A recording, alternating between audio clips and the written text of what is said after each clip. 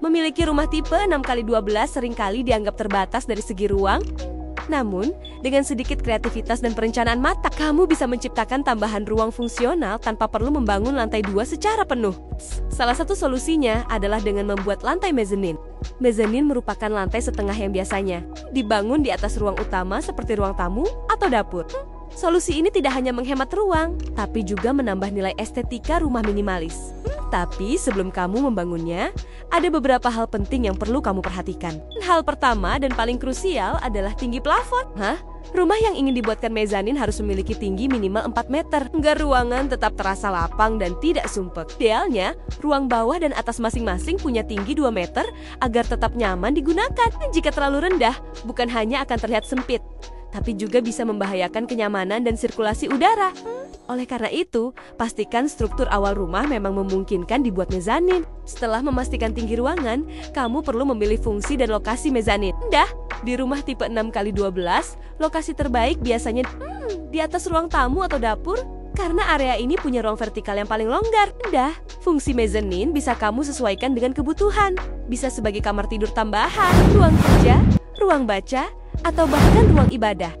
Pastikan area bawah tetap memiliki pencahayaan yang cukup dan tidak terhalang struktur mezanin di atasnya. Selanjutnya, pertimbangkan material dan struktur bangunan. Kuladestem untuk rumah kecil, material ringan atau kayu solid sangat direkomendasikan. Gunakan lantai multiplex tebal atau panel semen ringan agar kuat menopang beban. Jika kamu membangun di rumah dengan dinding bata, pastikan beban mezanin terdistribusi ke kolom atau dinding yang kokoh.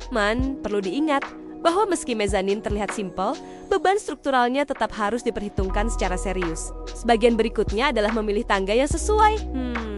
Rumah tipe 6x12 cenderung sempit, jadi hindari tangga besar atau lurus ke atas. Gunakan tangga spiral, tangga lebar, atau tangga geser yang tidak memakan banyak ruang. Tangga sebaiknya dipasang di sudut ruangan dan pastikan memiliki pegangan yang aman. Selain tangga, tambahkan juga railing atau pembatas di area mezanin. Railing transparan seperti kaca temport atau besi holo tipis bisa menjaga keamanan sekaligus memberi kesan luas.